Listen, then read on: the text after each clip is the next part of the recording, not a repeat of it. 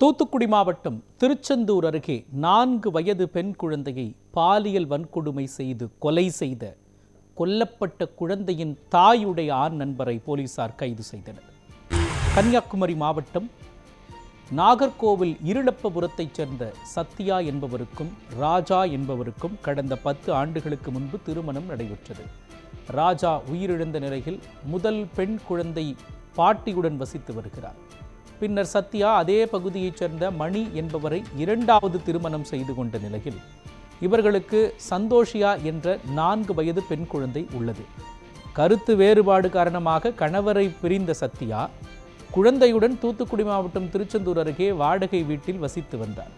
இந்த நிலையில் ஆரோக்கியபுரத்தைச் சேர்ந்த இசக்கிராஜ் என்பவருடன் பழக்கம் ஏற்பட்டு கடந்த 2 மாதங்களாக உடன்குடி செட்டியாப்பத்து பகுதியில் இருவரும் ஒன்றாக வசித்து வந்துள்ளனர். இந்த சூழலில் குழந்தையை விஷ வண்டு கடித்ததாக கூறி உடன்குடி அரசு மருத்துவமனைக்கு கொண்டு சென்றபோது குழந்தை ஏற்கனவே உயிரிழந்ததாக மருத்துவர்கள் தெரிவித்தனர். குழந்தையின் உடலில் பல காயங்கள் இருந்ததை அடுத்து சந்தேகமடைந்த மருத்துவர்கள் காவல்துறைக்கு தகவல் அளித்தனர்.